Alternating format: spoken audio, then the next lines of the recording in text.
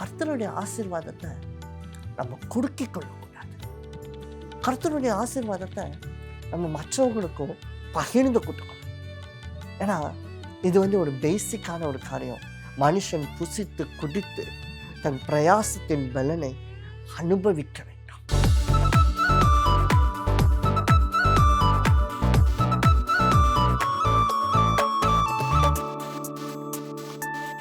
பிரியமான தேவஜனமே, இன்றைக்கு எல்லாரும் சந்தோஷமாக இருக்கீங்கன்னு நான் நம்புகிறேன். நம்ம 3 வேளையும் நல்லா சாப்பிட்ணும் இல்லையா? யாராவது எனக்கு சாப்பாடே பிடிக்காதுன்னு சொல்கிறீங்க இருக்கிறீங்களா? யாருமே இருக்க மாட்டோம். அப்படி இருந்தீங்கன்னா கமெண்ட் செக்ஷனில் போடும், சாப்பாடே பிடிக்காதுங்க, நான் சாப்பிடவே மாட்டேன் அப்படி. யாருமே we cannot live without food இல்லையா? அதே போல் அந்த சாப்பிட்றதுக்கு தான் மனுஷன் உழைக்கிறான்.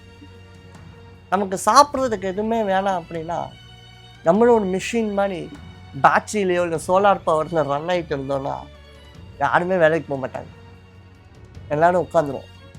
ஆனால் இங்கே பைபிள் சொல்லுது, அதுதான் பிரசங்கி 2:24, மனுஷன் புசித்து குடித்து தன் பிரயாசத்தின் பலனை அனுபவித்ததை பார்க்கிலும் அவனுக்கு ஒரு நன்மையும் இல்லை, இதுவும் தேவனுடைய கரத்திலிருந்து வருகிறது என்று நான் கண்டேன்.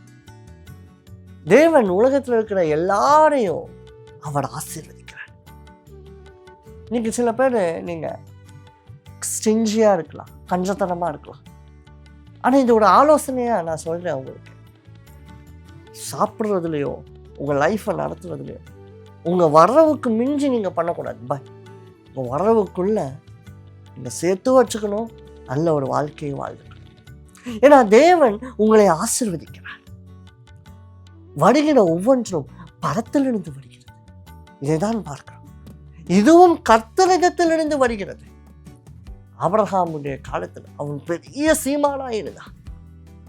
அப்போ தன்னுடைய வேலைக்காரர்கள்லாம் கூடுகிறது என்ன, தேவன் என்னுடைய எஜமானை மிகவும் ஆசீர்வதித்து இருக்கிறார். ரொம்ப கர்த்தருடைய ஆசீர்வாதத்தை நம்ம குறுக்கிக் கொள்ளக்கூடாது. கர்த்தருடைய ஆசீர்வாதத்தை நம்ம மற்றவங்களுக்கும் பகிர்ந்து கொடுக்கணும். ஏன்னா இது ஒரு பேசிக்கான ஒரு காரியம். மனுஷன் புசித்து குடித்து தன் பிரயாசத்தின் பலனை அனுபவிக்க வேண்டும். நீங்கள் உழைக்கிறீங்க அப்படின்னா நீங்கள் ஒரு நல்ல வீடு கட்டணும். நீங்கள் உழைக்கிறீங்க அப்படின்னா நீங்கள் ஒரு நல்ல லைஃப் என்ஜாய் பண்ணணும். ஆனால் ஜாலியாக இருக்கலாம், பட் காட்லியாக இருக்க வேண்டும். பிரியமான தேவஜன், ரொம்ப ஸ்டிஞ்சியாக நீங்கள் இருக்கிறீங்க அப்படின்னா அதெல்லாம் எடுத்து போட்டுட்டு கர்த்தர் எனக்கு ஆசீர்வதித்திருக்கிறார், நான் அதை புத்தி உள்ளவனாக அதை சேமித்தும் வைப்பேன், அது மாத்திரமல்ல அதை நன்றாக நான் அனுபவிப்பேன். ஆகாரம் இல்லாமலும் ஒருவனும் தன்னுடைய வாழ்க்கையில் இருக்கவே கூடாது. பிரியமான தேவஜன், ஒருவன் பசியாக இருந்தால் அவனுக்கு போய் நீ ஆகாரம் போட, அது நீ எனக்கே போட்ட மாதிரி அப்படின்னு தேவன் சொல்கிறேன். நம்மளுடைய சேஃப் ட்ரஸ்ட் மூலியமாக நம்ம இதை தான் பண்ணி கொண்டிருக்கிறோம்.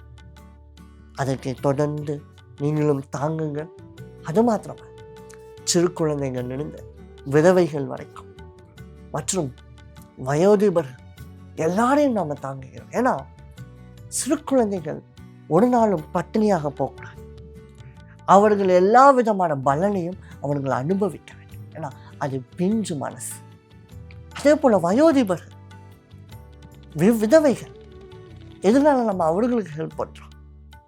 அவங்க ஒரு காலத்தில் பிரயாசப்பட்டு உழைத்தவர்கள், ஆனால் தங்களுடைய பிரயாசத்தின் பலனை மீண்டுமாக அனுபவிக்க முடியாமல் இருக்கிறார். ஆனால் அவர்களுடைய பிரயாசத்தின் பலனை அவர்கள் அனுபவிப்பது உலக நீதி படத்தின் கட்டளை. ஸோ அவர்களுக்கு நம்ம உதவி செய்கிறோம். ஸோ நீங்களும் உங்கள் கலையின் பிரயாசத்தை நீங்கள் அனுபவிங்க, மற்றவர்களுக்கு பகிர்ந்து கொண்டு சேமித்தும் ஜெபிப்புமா. அன்பின் நல்ல பிதா, இந்த அருமையான அட்வைஸை நீங்கள் கொடுத்ததுக்காக உங்களுக்கு நன்றி. இயேசுவே, நாங்கள் செய்கிறது எல்லாமே உம்மிடத்திலிருந்து வருகிறது.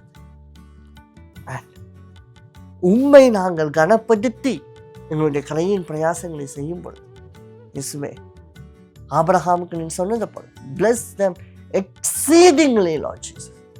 ஆண்டவரே, உங்களை ரிவார்ட் பண்ணுங்க.